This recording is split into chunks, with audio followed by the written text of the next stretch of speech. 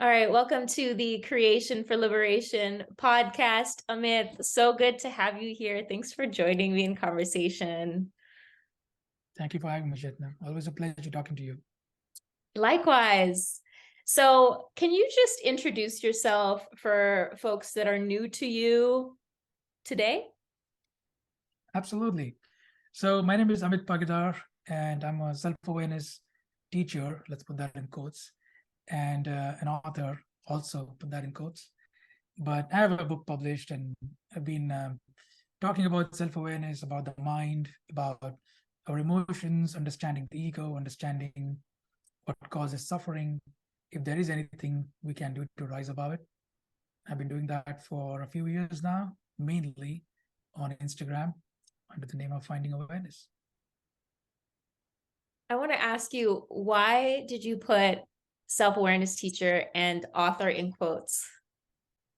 Because, you know, when I call myself something, then that thing becomes a filter through which I interact with the world. So if I call myself a teacher, I put myself on a pedestal almost. And then I have to interact with everyone or interact with life, always asking myself, am I really a teacher? Am I acting in accordance to what a teacher should be doing? And that puts a lot of pressure on me. So I don't like to put myself in a certain role, restrict myself in any way, and pretend to be knowing more than what ordinary people do. So we are all observers, we're all learners. I'm always learning, um, perhaps learning more than I'm teaching, if you can call it that. And so that's why I would always put that in quotes. But you need some way to introduce yourself to the world, to tell them what you do, just as a matter of fact, So that's where I have to use the words, because at least it gives an idea of what is going on. But if you look deeper, then there are no teachers, there are only students. Everyone is learning, everyone is on the path. And the same goes about author. I don't presume to be doing anything special. Writing is a passion for me, communicating is a passion, especially about this topic. So the same explanation goes. Thank you for expanding on that. I think it's so relevant to our conversation today and why we're coming together around ego and creativity.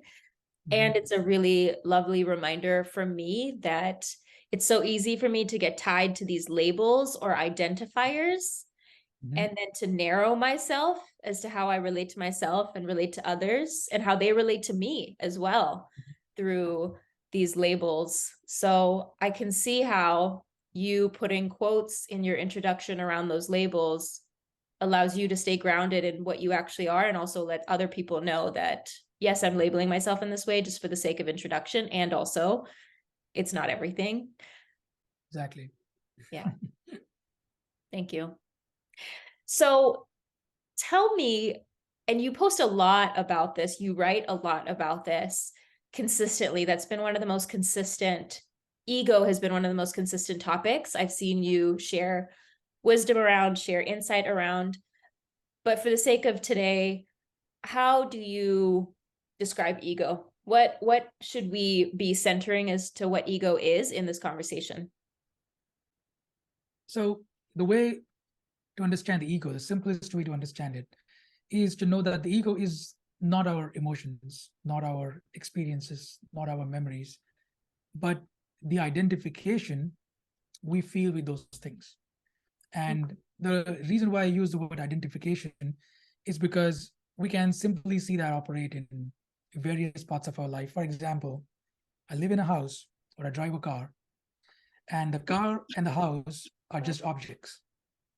But the instant I become identified with those objects, then I feel myself, I know myself through my house, or I know myself through the car I drive, through the job I do, through my profession, through the amount of wealth I have, for instance, through my physical appearance. So all these things become my identifiers. And the problem with that is that now if someone says something negative about my car or my house or my appearance or my ideas or my philosophies about anything, in my life, then I must defend those things. I have to defend the idea of the car. I have to defend the idea of my house. And then we start walking down this path of suffering. Because I'm identified, I must protect those things which are not really a part of me, but which I am identified with. And that is essentially my ego. So if I'm not identified with these things, like contrarily, if I'm not identified with my house or my appearance or my wealth or any of these things, then I have no problem in my interactions with them. I have no problem with how the world sees me. I have no problem with no inner conflict and no outer conflict with the world. So I can navigate the world far easier without undergoing what we can call unnecessary suffering. So this is what we mean by the ego, the identification we have with various things in our life. And there are various other tendencies. One is identification, the other is control. So the ego loves to control because it wants to protect all these things. So it will control through judging, it will control through various other methods. We can go into those too, but this is in short what the ego is. A very common strategy of control that I see a lot, especially in the creative process and life in general, is perfectionism and wanting things to be a certain way, perfect, and how much it hinders creatives from just being in the spirit of play or experimentation that is creativity. And what you're saying about ego not identifying with our emotions or how we see ourselves or how other people see us or what we're doing or not doing, that sounds so liberating to me. Like I hear that and it's like, oh yeah, it's a matter of choice as to whether I identify with this or not. But why is it so hard? Amit, please tell us, why is it so hard to not identify with all of these subtle small things and big things? Because identification gives us security. When I'm identified with something as an object, for example, I see a house and I live in the house. And that's why, we see people do these house tours all the time. Like when somebody visits, hey, let's do a house tour. Why are we doing that? Because we want appreciation, we want approval, and we want others to validate our possessions, to validate whatever is going on in our life. And this validation, this social approval, acceptance, gives us a certain form of security. So as you can see, the security can come not just from validation, not just from other people's words, but also from individuals themselves. Sometimes we start identifying with the person, somebody who we're having a relationship with, perhaps.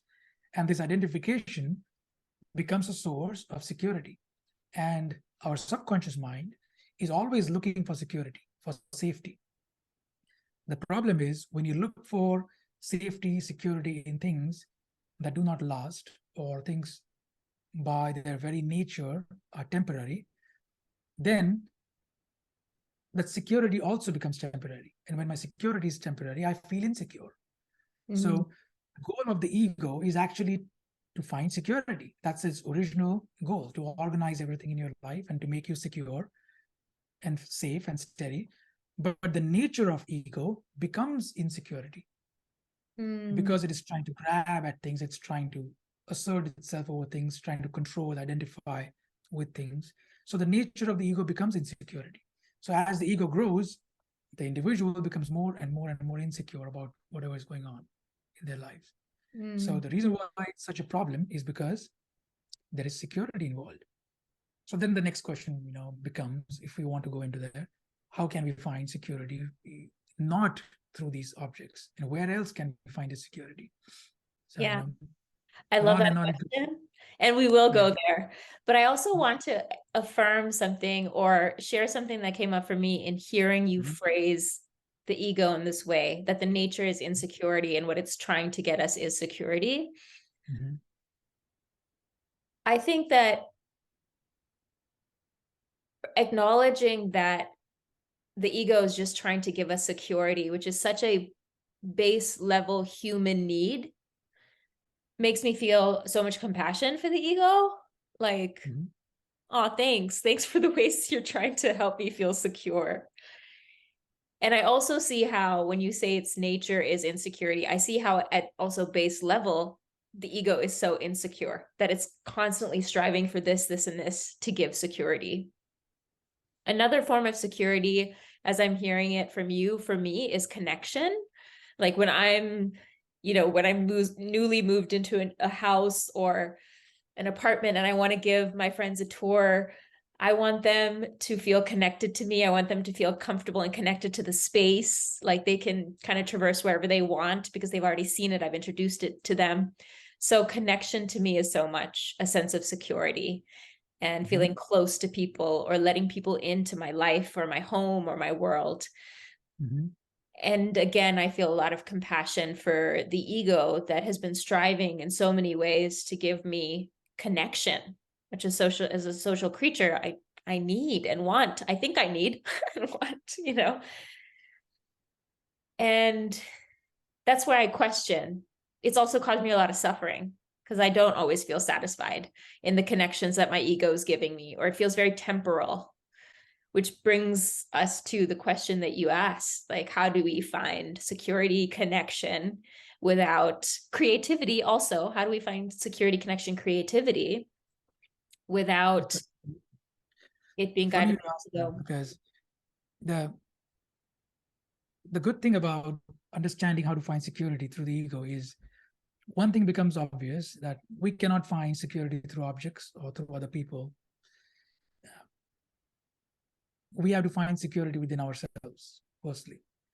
When I find security within myself through something, we can look at what that something is, but when I feel security from within me, now I can connect with others from that place of security. Because if I'm insecure, then I find it hard to connect. I suspect people that there may be some threat in their words. Society is out to get me. There is not this abundance there, but there's scarcity always around me, and everything's a zero-sum game. I must get ahead of somebody, and so ego starts playing these games. But when we find security in ourselves, then we can relate to others. Then we can connect with others, and then we can feel secure in their presence. And when I feel secure in your presence, you begin to feel secure in my presence, and that's how connection builds and grows. And the question becomes, how do I find security in myself?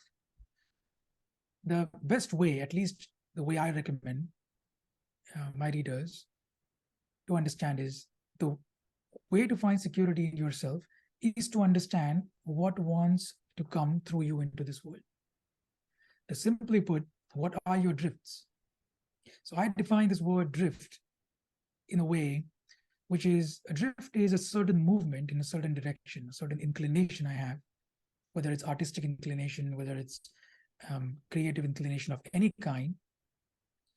That inclination is the direction my mind wants to move in when I become still. So each one of us has a certain tendency. Some of us want to take care of animals. Some of us want to lead political movements. Some of us want to become creators. We want to put art out there. Some of us want to become writers or speakers, musicians, what have you. Everyone has a certain instinct, a certain inclination. To identify what that is, to identify what my drift is, and then to develop it as a skill, as a form of practice, as a devotion even. And to build that, which means I spend time with it in a state of self-forgetfulness. When I'm engaged in my art, when I'm engaged in whatever I'm learning, whatever I'm practicing, I end up forgetting my own life. I forget my problems, I forget my troubles, and I enter this state of self-forgetfulness. That self-forgetfulness, which is essential in the practice of one's own choosing, is what leads to the foundation of self-worth.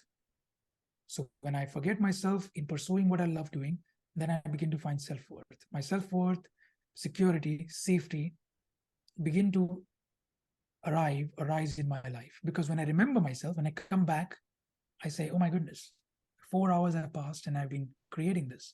And I'm sure through your art, you feel the same. 2 hours have passed or 3 hours have passed and I've been painting this, drawing this, completely oblivious to your own problems.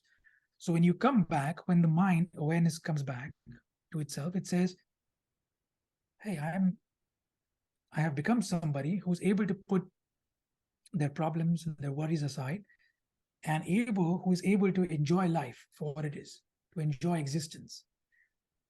I am becoming somebody who enjoys their own presence. I'm becoming somebody who enjoys existence. And that starts transforming the relationship we have with our ego.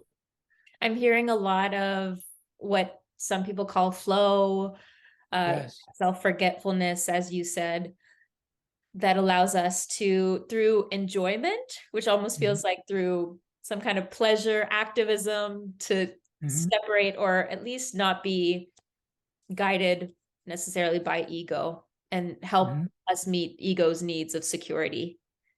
Correct. Is that right? And Yeah. absolutely. And there is something I would say about activism too, because one thing we have to understand is when we talk about the ego, a lot of life coaches out there, teachers out there, tend to look at every human being as an individual. When I talk about the ego, by definition, it's like, hey, whatever problems are there in society, you can deal with it by dealing with your own individual problems. And we want to make sure that that's not all that we are saying. So we are not saying that social problems, collective problems can all be reduced to individual problems. But there are certain systemic issues. There are certain problems out there which need to be solved collectively, which need to be solved by organizing around a certain issue, a certain idea, a certain ideology. But when I organize, I have to make sure that I have found a certain level of clarity within me, understood why I'm doing it. Do it from a place of passion, intensity, aliveness, but not from a place of anger, not from a place of retribution, not from a place of hate.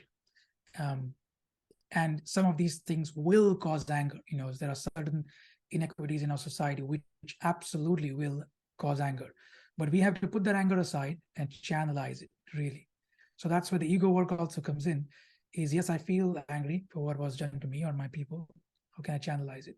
And how can I align it with my drift such that I can make this my life's purpose, fight for this cause, fight for the climate, fight for social justice, or what have you, equality, but align it in such a way that it creates the most impact through whatever I do. See? Mm-hmm. Yeah. I'm just curious, why are you calling it a drift? The reason why I call it a drift is because I want to make sure that there is no personal intention involved in there, which is, I am not doing this, but this is happening. If you can imagine like a raft on a river is flowing. Say a river goes from the mountaintop or whatever through streams and comes together, becomes strong, deep, wide, and goes towards the ocean. And the river flows gently and softly. And on a windless day, there is no disturbance on the surface. But if you put a raft on the surface of the water, the raft is going to move, it's going to drift. So that idea, I think, is important, so that we are not paddling in the water. We are not disturbing the water. We are being carried by something. So when I identify my drifts, or you can even call them streams coming down the mountain, because sometimes they come from the same source, which is the mountaintop, but they manifest in different directions. So someone might love music, they may love writing, and somewhere down the line, they will write music. They will combine the drifts. So various talents, arts, and hobbies, which manifest as hobbies, various things which we enjoy, I encourage people to explore and develop all of them, because you never know how all of them connect. See? So because they come from the same source, which is me, for instance,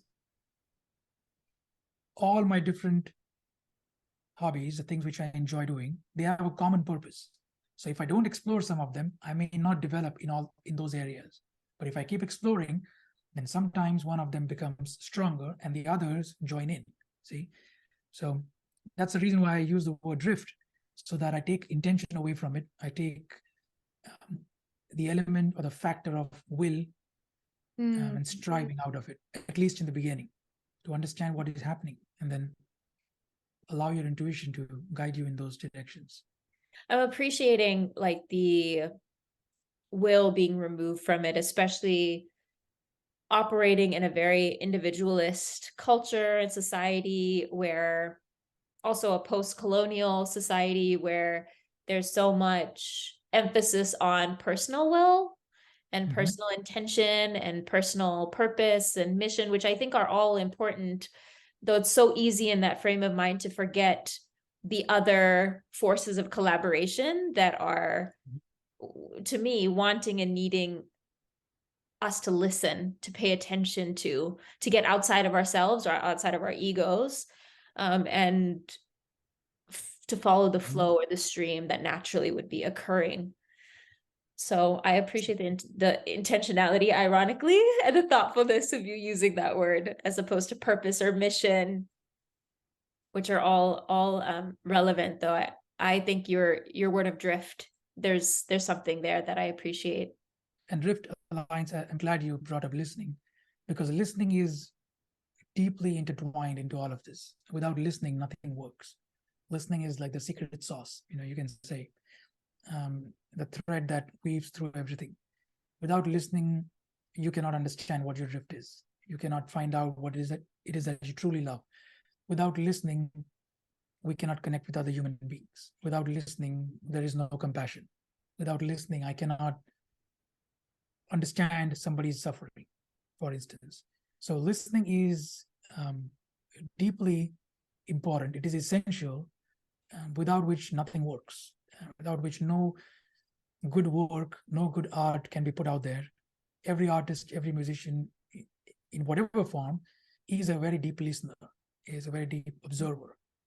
I love talking about creativity because there are various approaches to it. And depending on whatever art form you follow, there is going to be a certain element of a idea generation, or let the mind fly, or experiment, or try different things, see what works, pushing your comfort zone, and certain common easily available methods, or first approaches, you can call them, towards creativity.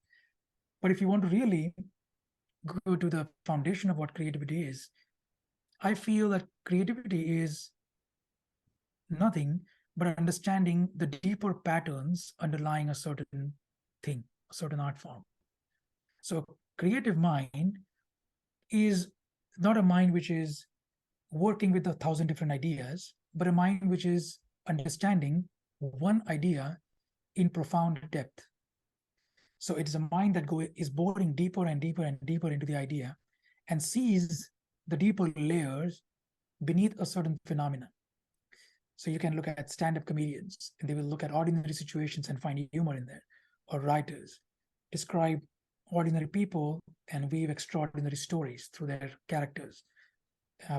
Artists understand unexplored art forms, see where there is a lot of expression to be done, which is not being done by others, and what really aligns with me. Which is why there are so many different forms of art, because everyone sees a deeper layer which has not yet been expressed.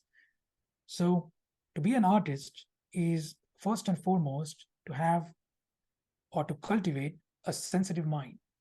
Even in martial arts, which I've trained some, the emphasis is on becoming more and more sensitive, such that you are capable of discerning the slightest movements in your physical body, but it's the same in your emotions, being able to tell the slightest movement in emotions, which is why the most subtle movies or the subtle art forms are the most critically acclaimed, because the more subtle it is, the less noisy it is, or the less volume it has, the deeper your sensitivity needs to be in order to appreciate it, which is why we don't really enjoy, Pulp Fiction novels, or stories which are black or white, stories which are good or bad. There's always gray characters. There's always situations to which there are no clear-cut answers, because all of this requires subtlety. All of this requires sensitivity. So to be an artist is to be sensitive and to see underlying layers beneath what is apparent. And if we can do that, then whatever it is that we have picked up, I think we become quite good at it with practice. Yeah, there's some words there that you've said: sensitivity, methods, experiment, process. You started off saying that creativity is a process in which we engage with. These are all words that feel so resonant, that I believe need to be inherent to what creativity is, right? Process, experimentation, methods. And I heard you talk about having the sensitivity of mind, sensitivity to our emotions, to access a level of subtlety that could then help us create something that is resonant. I definitely agree with that. So much of my own art has been drawn from reflecting so fine-tunedly to certain experiences and the emotional experience of my body and mind to bring it to visual.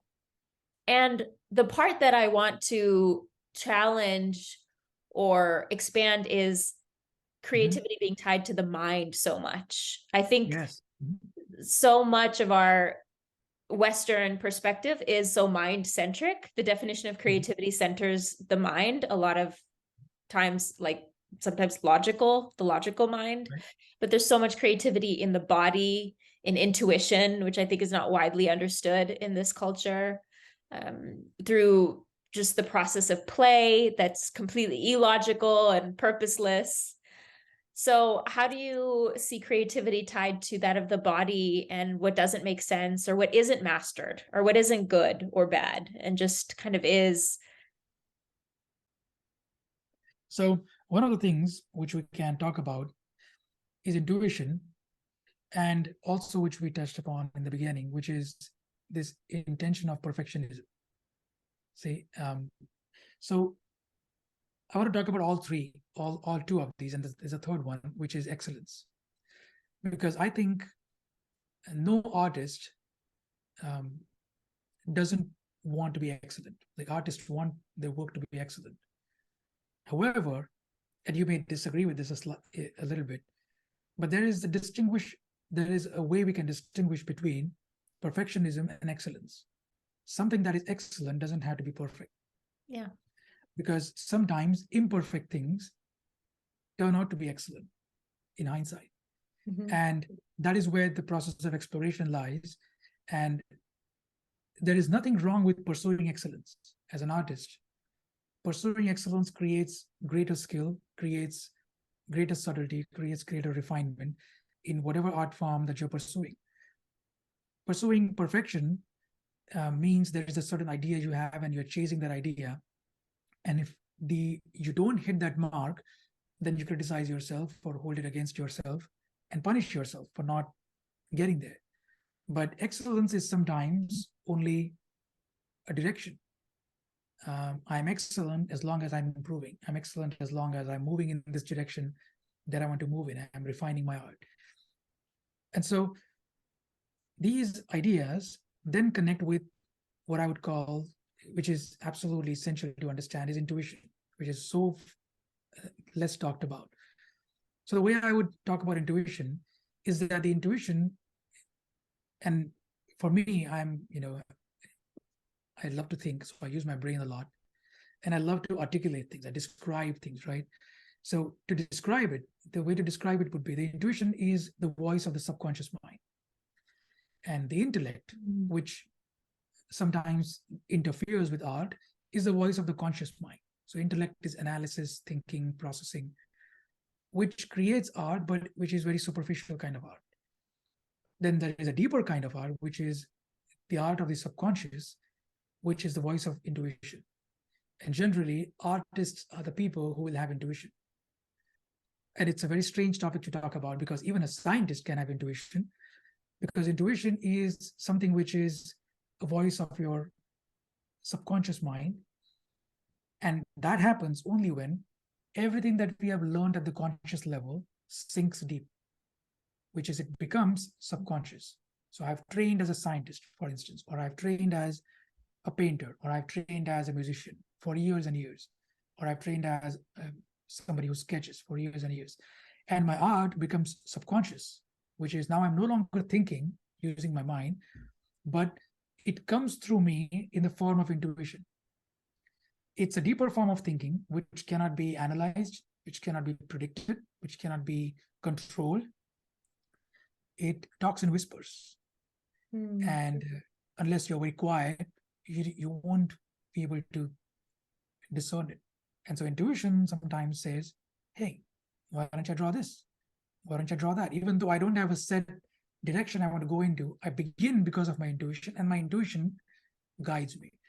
So I believe that's what a different way of looking at it. Maybe it comes from the body, because everyone has a different vocabulary to define intuition, right? The way I define it is the voice of the subconscious mind, but you can define it equally well, saying it's the voice of the body, because my body is speaking. It's coming through me physically. And that is brilliant too. That is amazing too.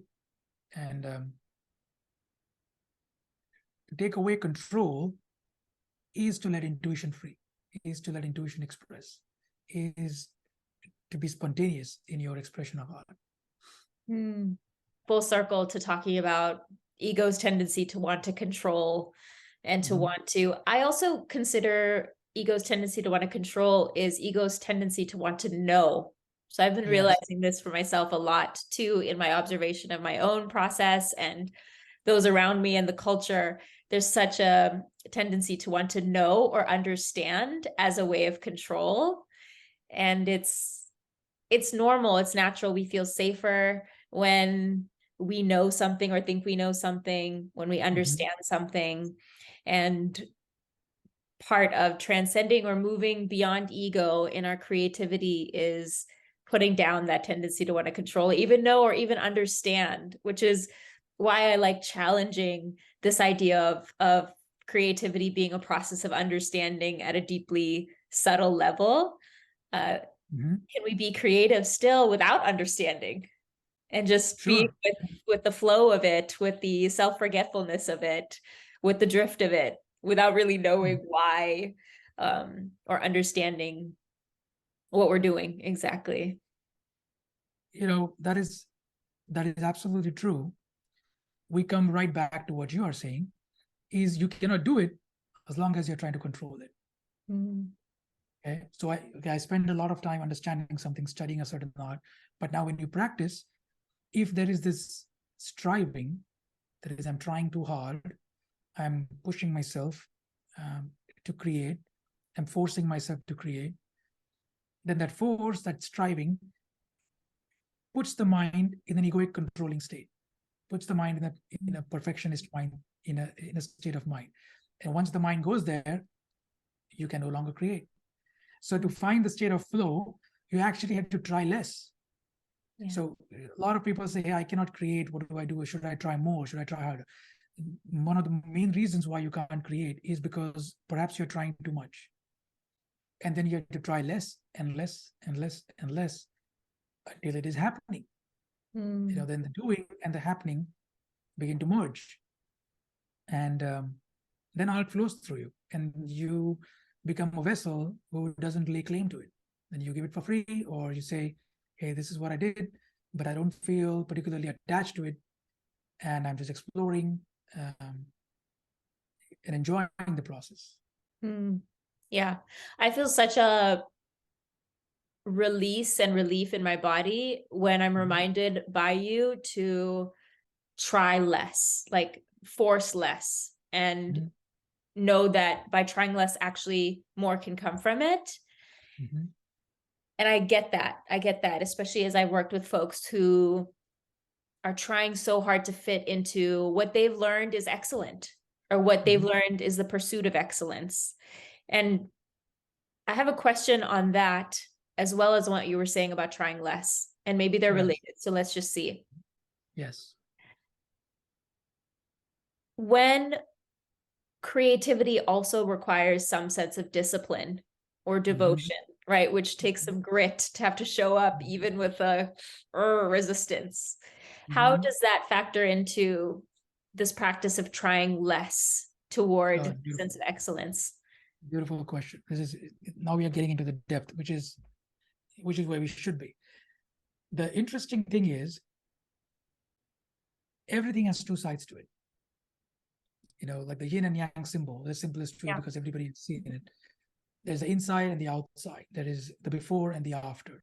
There is, some people like to use feminine, masculine. I don't like those words, but you can use those words if you like to understand the duality of things, black or white, or surrender and action.